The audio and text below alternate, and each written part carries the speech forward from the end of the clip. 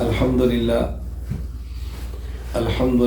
وحدہ لا شریک لہ والصلاة والسلام علی من لا نبی بعدہ وعلی آلہ واصحابہ الذین اوفوا عہدہ اما بعد فاعوذ باللہ من الشیطان الرجیم بسم اللہ الرحمن الرحیم النبی اولی بالمؤمنین من انفسہم وازواجہ امہاتہم اللہم صلی علی محمد وعلی آل محمد کما صلیت علی ابراہیم وعلی آل ابراہیم انک حمید مجید اللہم بارک علی محمد وعلی آل محمد کما بارکت علی ابراہیم وعلی آل ابراہیم انک حمید مجید۔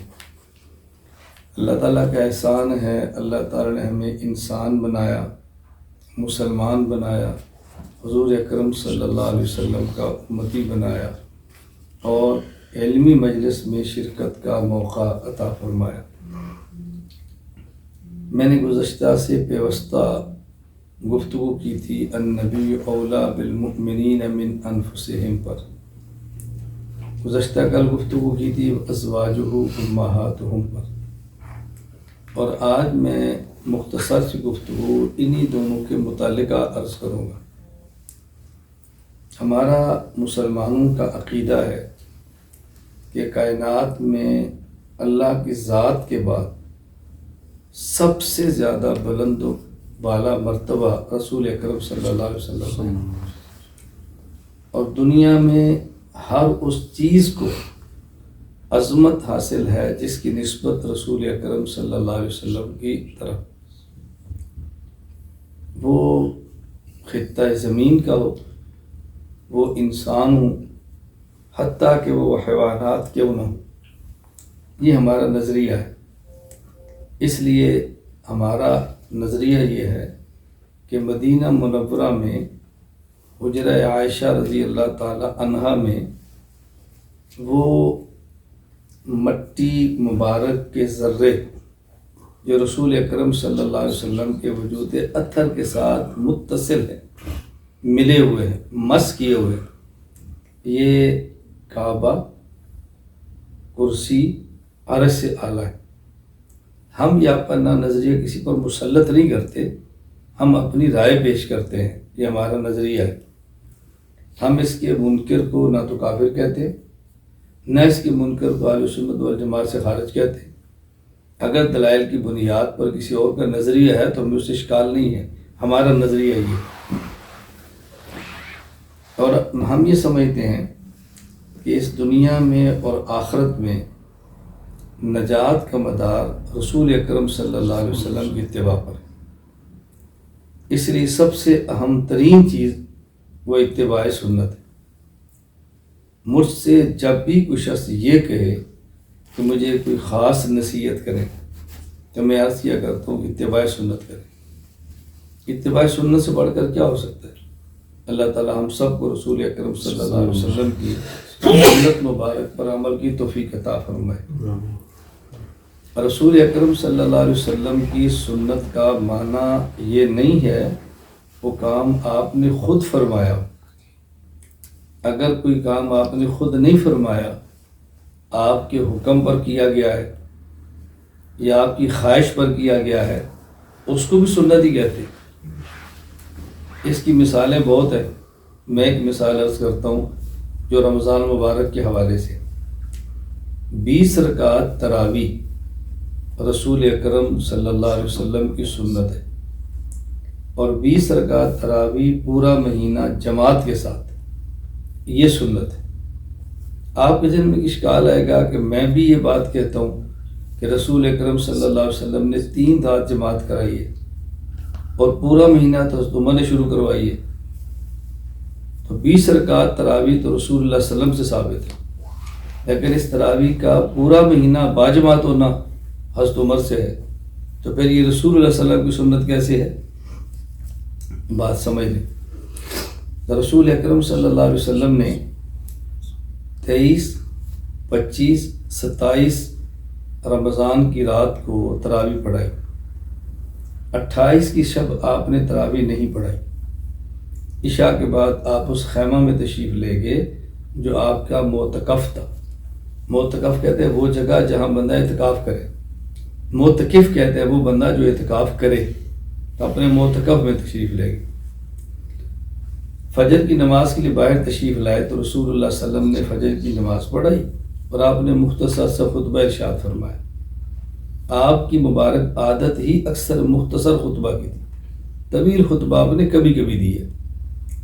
تو رسول اکرم صلی اللہ علیہ وسلم فرمایا کہ انی لم یخش علی مکانکم، انی لم یخف علی مکانکم، میرے علم میں ہے کہ تم خیمے کے باہر تھے.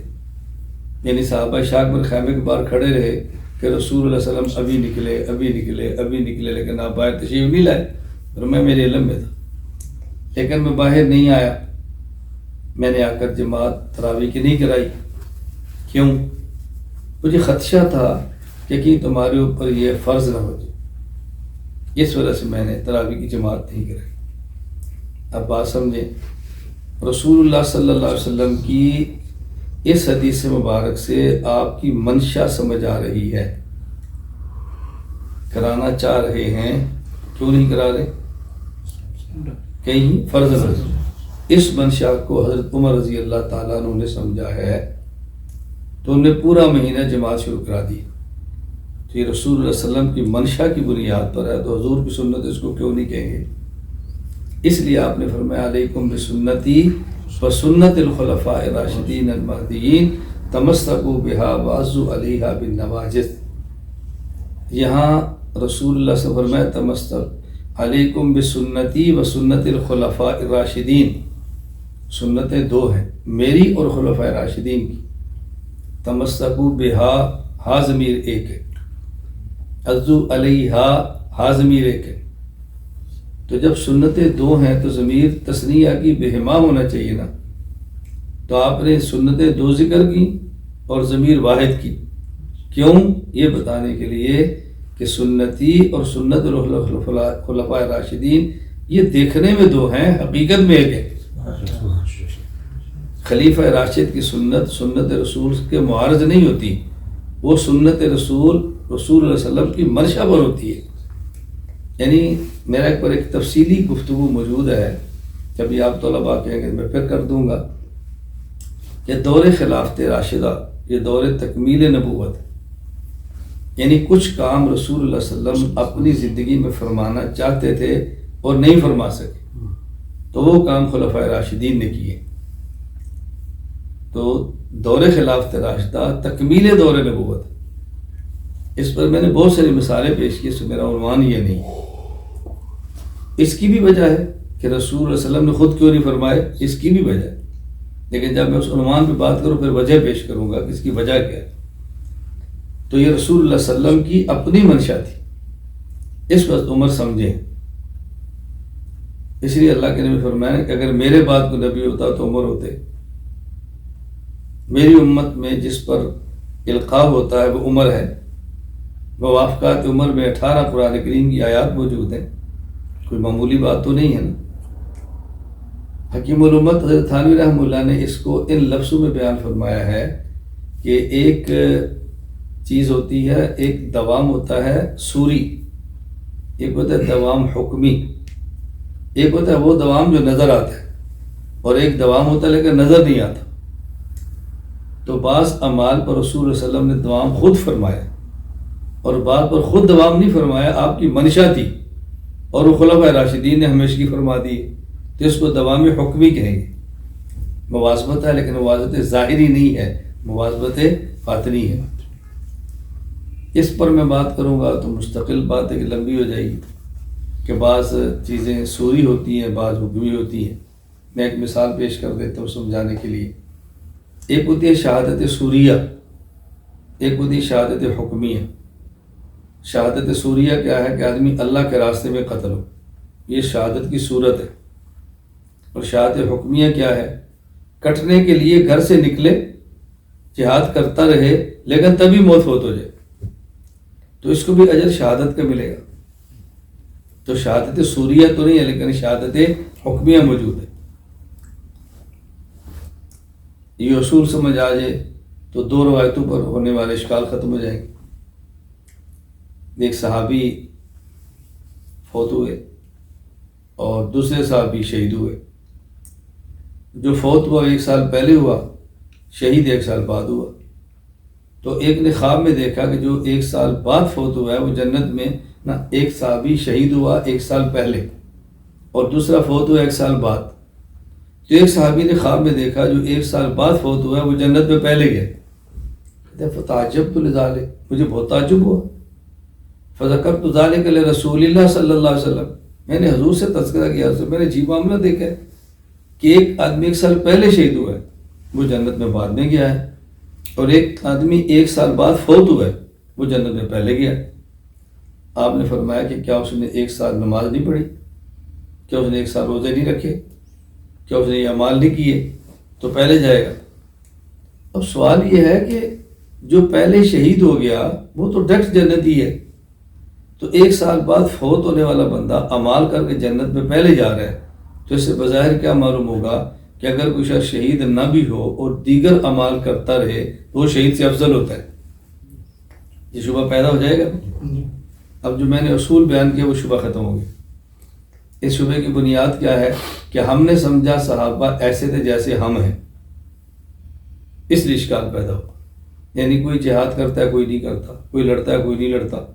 صحابہ ایسے نہیں تھے، وہ سارے جہاد کرنے والے تھے، وہ سارے اللہ کے راستے میں لڑنے والے تھے، لیکن بعضوں کو شہادت کی صورت مل گئی اور بعضوں کو شہادت کی صورت نہیں ملی، لیکن شہادت کی تمنا لے کر لڑتے رہے تبھی موت فوت ہو گئے، تو شہید تو وہ بھی تھے۔ تو جو 1 سال پہلے فوت ہوا اس کو شہادت سوریہ ملی ہے اور شہادت حکمیہ بھی ملی ہے، اور جو 1 سال بعد فوت ہوا اس کو شہادت کی صورت تو نہیں ملی لیکن شہادت حکمیہ ملی ہے، لہذا شہادت جمع 1 سال کے روزے ہیں، شہادت جمع 1 سال کی نمازیں ہیں، تو ظاہر وہ جنت میں پہلے جائے گا نا۔ اگر 2 شہید ہوں اور ایک شہید کے پاس اعمال زیادہ ہوں اور ایک پاس کم ہوں تو پہلے جنت میں وہ جائے گا جس کے پاس اعمال زیادہ ہے۔ تو ہمیں شبہ اس لیے کہ ہم سمجھ جیسے ہم ایسے الیاذ باللہ بہت ہوا، ایسے نہیں تھے۔ یہ میں نے ایک مثال دی ہے، ورنہ اللہ کا کرم میں نے آپ سے عرض کیا میں تو شروع ہوتا ہوں تو اب مثالیں آتی جائیں گی، میں بیان کرتا چلا جاؤں گا، اصول میں نے عرض کر دی۔ تو 20 رکعت تراویح رسول اللہ صلی اللہ علیہ وسلم کی سنت ہے۔ کس معنی میں؟ 20 رکعت تراویح تو رسول اللہ صلی اللہ علیہ وسلم کی سنت ہے، لیکن 20 رکعت تراویح پورا مہینہ یہ منشا حضور کی تھی اور عمل اس پہ تو نے کیے۔ میرا ایک بار سکھر بیان تھا، میں بیان سے فارغ ہوا تو کمرے میں گیا تو جو میرے ساتھ گارڈ تھا اس نے اندر سے کنڈی مار دی۔ میں پریشان ہوا کہ شاید کوئی مسئلہ ہے کہ اندر گارڈ اندر سے کنڈی مار لی، اس لیے ہوا گیا۔ مجھے کہتا میں نے ایک ضروری بات، میں نے کہا جی۔ تو وہ چونکہ عالم نہیں تھا، کہتے ہیں آپ کے بیان کے دوران میرے ذہن میں ایک سوال آیا تو میں نے کہا میں سوال کر لوں، بعد میں لوگ کریں گے تو میں سوال ہی بھول جاؤں گا۔ میں نے اس لیے کنڈی ماری۔ میں نے کہا کیا سوال ہے؟ بہت پیارا سوال کیا۔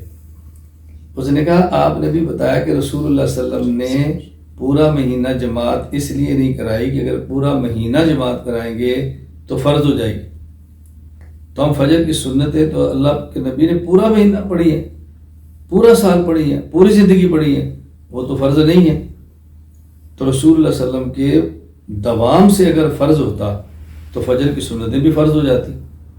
میں نے کہا نہیں بیٹا فرق سمجھو، ایک ہے رسول اکرم صلی اللہ علیہ وسلم کا مسلسل نماز پڑھنا، ایک ہے مسلسل باجماعت پڑھنا۔ کسی نماز کے مسلسل پڑھنے سے وہ سنت موقدہ تو ہوگی، فرض نہیں ہوگی، اور کسی نماز کے مسلسل باجماعت پڑھنے سے وہ فرض ہو جائے گی، کیونکہ فرائض خاصہ جماعت خاصہ فرائض کا ہے۔ فرض نماز جماعت کر پڑھو، اکیلے پڑھو گے تو گناہ ہے، تو تراویح تو فرض نہیں ہے نا، اس لیے کہ آپ نے مسلسل جماعت نہیں کرائے۔ رات ہی مجھے ایک ذاتی نے مسئلہ پوچھا کہ جی تراویح تو سنت موقدہ ہے، جماعت بھی سنت موقدہ ہے، اگر نہ پڑھیں تو گناہ ہوتا ہے، تو پھر اگر ہم جماعت کے بغیر پڑھیں تو گناہ ہوگا؟ میں نے کہا نہیں ہوگا۔ مجھے کہتے ہیں کیوں؟ میں نے کہا ایک ہے تراویح کی نماز، ایک ہے تراویح کی جماعت۔ تراویح کی نماز سنت مؤکدہ علی العین ہے، اور تراویح کی جماعت سنت مؤکدہ علی الکفایہ ہے۔ فرق سمجھیں، علی العین کا معنی ہوتا ہے جو ہر کسی پر ہو، عین کہتے ہیں شخص کو، اور کفایہ کا معنی ہوتا ہے کہ جو بعض ادا کرے تو سب کی طرف سے ہو جائے۔ تو تراویح کی نماز تو سنت مؤکدہ علی العین یعنی ہر بالغ پر ضروری ہے، لیکن اس کی جماعت یہ سنت مؤکدہ علی الکفایہ۔ کچھ لوگ جماعت کرا لیں اور کچھ نہیں کریں گے تو گناہ نہیں ہوگا۔ تو مجھے وہ کہتا جی اگر بلا عذر کرے تو پھر بھی گناہ نہیں ہوگا۔ میں نے کہا بھی عذر کے ساتھ تو فرض چھوٹ جائے تب بھی گناہ نہیں ہوتا۔ مسئلہ تو عذر بلا عذر کا ہے۔ اس کا کہنا ہے کہ اگر کوئی بندہ بلا عذر تراویح کی جماعت میں شریک نہ ہو تو پھر بھی گناہ نہیں ہوگا۔ تو میں نے کہا فرض کفایہ کا مطلب ہی ہوتا ہے کچھ لوگ کر لے اور کوئی جان بوجھ کے شرکت نہ کرے۔ اگر عذر کی وجہ سے نہ پڑھ سکے تو عذر کی وجہ سے تو فرض رہ جائے تب بھی گناہ نہیں ہوتا۔ ایک آدمی سویا تھا، فرض نہیں پڑھ سکا تو گناہ نہیں، کیوں؟ عذر ہے نا۔ ایک آدمی بھول گیا اور فرض نہیں پڑھ سکا تو گناہ نہیں ہے، کیوں؟ عذر ہے نا۔ تو عذر میں تو فرض پر بھی گناہ نہیں ہوتا۔ خیر، میں نے بات کہاں سے شروع کی تھی کہ رسول اکرم صلی اللہ علیہ وسلم خود فرمائیں تو بھی سنت، اب حکم فرمائیں تو بھی سنت، اور آپ کی منشا ہو تب بھی سنت۔ یہ اصول سمجھنے سے بہت سارے اشکالات آپ کے صاف ہو جائیں گے۔ تراویح پر ایک اشکال ہوگا، کیا ہے کہ جی آپ کہتے ہیں کہ پورا مہینہ جماعت حضرت عمر کی سنت ہے۔ ایک حدیث ثابت کرو حضرت عمر رضی اللہ تعالی عنہ نے خود جماعت کرائی ہو پورا مہینہ، تو لوگ پریشان ہو جاتے ہیں کہ آپ کیا کریں۔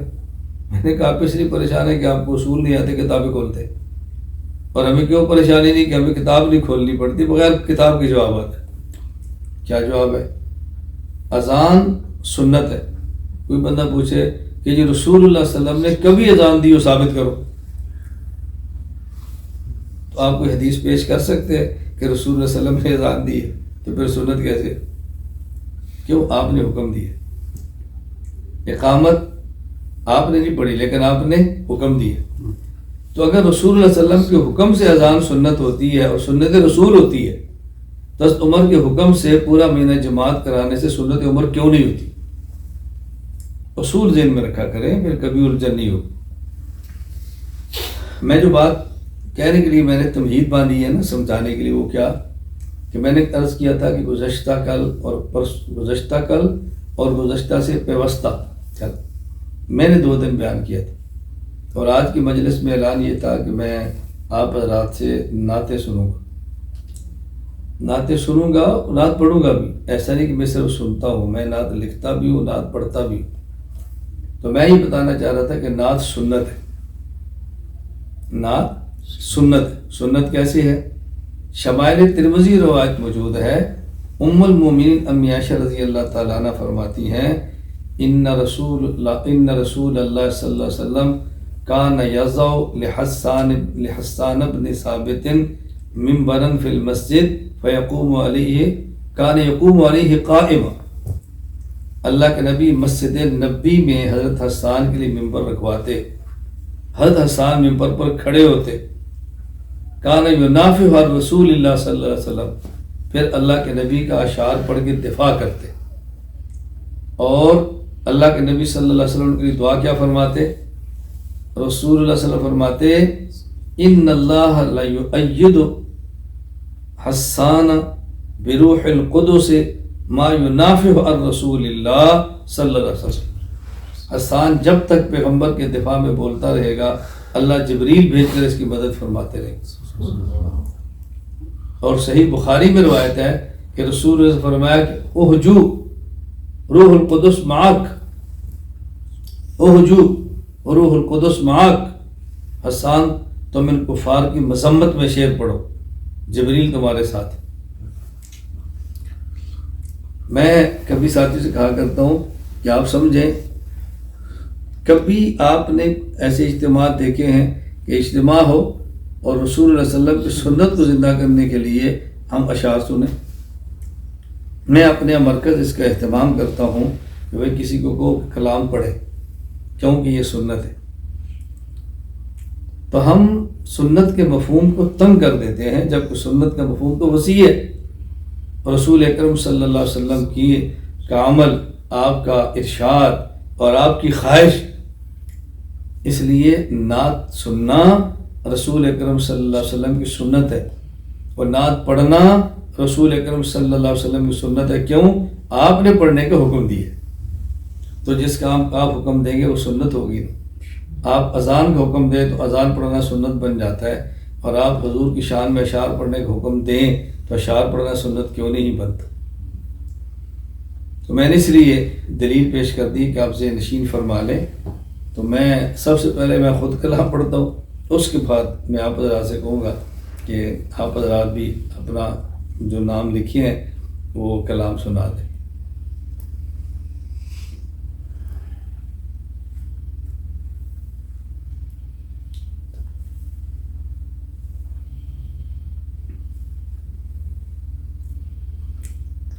میں آپ کو 2 کلام سناتا ہوں۔ پہلا کلام یہ 27 جنوری 2025 کا ہے، جب میرا سفر تھا اور بذریعہ جہاز مدینہ منورہ آیا تو میں نے جہاز کے اندر ہی کلام لکھا تھا، اور آخری شعر اس وقت لکھا ہے جب جہاز مدینہ منورہ ایئرپورٹ پہ اتر گیا اور رات کے 8 بجے تھے۔ آخری شعر بسم اللہ الرحمن مدینہ مدینہ مدینہ مدینہ مدینہ مدینہ مدینہ مدینہ محبان نبوت کے لیے، محبان نبوت کے لیے جمال محبت کا آئینہ، مدینہ مدینہ مدینہ مدینہ مشک عنبر سے بڑھ کر، مشک عنبر سے بڑھ کر حضرت پاک کا پسینہ، مدینہ مدینہ مدینہ مدینہ طلبگاروں کے لیے، طلبگاروں کے لیے جڑے موتیوں کا نگینہ، مدینہ مدینہ مدینہ مدینہ رہزنوں کے لٹے ہوئے، رہزنوں کے لٹے ہوئے غمخواروں کا خزینہ، مدینہ مدینہ مدینہ مدینہ گناہوں میں ڈوبے ہوئے، گناہوں میں ڈوبے ہوئے گناہگاروں کا سفینہ، مدینہ مدینہ مدینہ مدینہ آخری شعر جب مدینہ منورہ جہاز اترا اس وقت کے حوصلہ میں آ گیا ہے، حوصلہ میں آ گیا ہے دیکھتے ہی عاصی کمینہ، مدینہ مدینہ مدینہ مدینہ یہ میں نے اپنے بارے میں لکھی۔ عاصی کہتے ہیں مجرم، کمینہ کہتے ہیں بدترین کو۔ میں تو جو گناہوں میں ڈوبا ہوں مجھے اپنے گناہوں کو پتہ ہے، تو جب حضور صلی اللہ علیہ وسلم کا روزہ گنبد پہ نظر پڑتی ہے، مدینہ نظر آتا ہے تو انسان کو تسلی ہوتی ہے۔ میں اس لیے یہ شعر کہہ رہا ہوں، حوصلہ میں آ گیا ہے، حوصلہ میں آ گیا ہے دیکھتے ہی عاصی کمینہ، مدینہ مدینہ مدینہ مدینہ مدینہ مدینہ مدینہ مدینہ اور دوسرا کلام یہ 3 فروری 2026 کا ہے، یہ بھی جہاز کے اندر میں نے لکھا ہے اور دمام سے مدینہ منورہ آتے ہوئے لکھے۔ تو پہلا 25 کا تھا اور یہ 26 کا، 25 جنوری کا تھا، یہ فروری 26 کا ہے، اور یہ میری تمنا ہے، میری خواہش ہے۔ تو میں سب سے کہوں گا کہ آپ آمین کہیں، میرے لیے تو کہیں کہیں، لیکن آپ کا اپنا ارادہ ہو تو اپنے نیت سے بھی آمین کہیں۔ میرا جب فروری میں 26 مدینہ منورہ آنا ہوا تو میں نے سب سے پہلے کلام روزہ پاک کے قریب بیٹھ کے پڑھا، جتنا قریب میں بیٹھ سکتا تھا. اس کے بعد پھر دوستوں کو سنایا. میں سمجھتا ہوں شاید اس کا صلہ ہے کہ اللہ تعالیٰ نے دوبارہ مدینہ منورہ آنے کی اگلے مہینے توفیق عطا فرما دی. مدینہ منورہ کا عمرے کا ویزا دیکھا، مدینہ منورہ کی نیت سے عمرے کا ویزا نکل آیا تو اللہ پاک مدینہ منورہ لے. میں نے چند دوستوں سے کہا کہ ہم فتنوں کے خلاف کام کرتے ہیں، تو جب عالمی فتنے شروع ہوئے اللہ نے مدینہ بنا دے دی.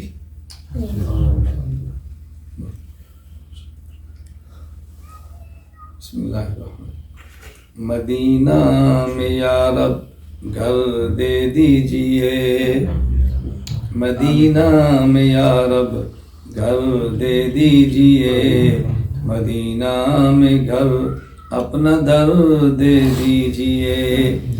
گھر ملے اور در نہ ملے تو پھر گھر کا کیا فائدہ. مدینہ میں یا رب گھر دے دیجئے، مدینہ میں یا رب گھر دے دیجئے، مدینہ میں گھر اپنا در دے دیجئے. دعا ہے فقیر بے آسرا کی یا رب. مکان چاہتے ہیں، پیسے نہیں ہیں. دعا ہے فقیر بے آسرا کی یا رب، پڑا رہے در پہ وہ سر دے دیجئے، مدینہ میں یا رب کر دے دیجئے. حسرت ہے دل کی آرزو ہے یا رب، حسرت ہے دل کی آرزو ہے یا رب، عشق بلالی جذبہ بوذر دے دیجئے، مدینہ میں یا رب گھر دے دیجئے. وفائے صدیق اکبر عطا ہو یا رب، وفائے صدیق اکبر عطا ہو یا رب، دوڑ شیطان روب عمر دے دیجئے، مدینہ میں یا رب گھر دے دیجئے.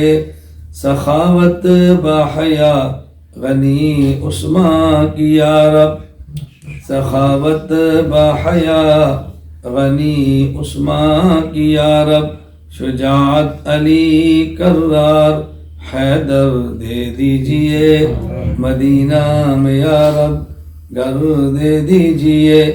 رہوں مدحا سرا صحابہ کا یا رب، رہوں مدحا سرا صحابہ کا یا رب، غلامی ازواج آل پیغمبر دے دیجئے، مدینہ میں گھر یا رب دے دیجئے.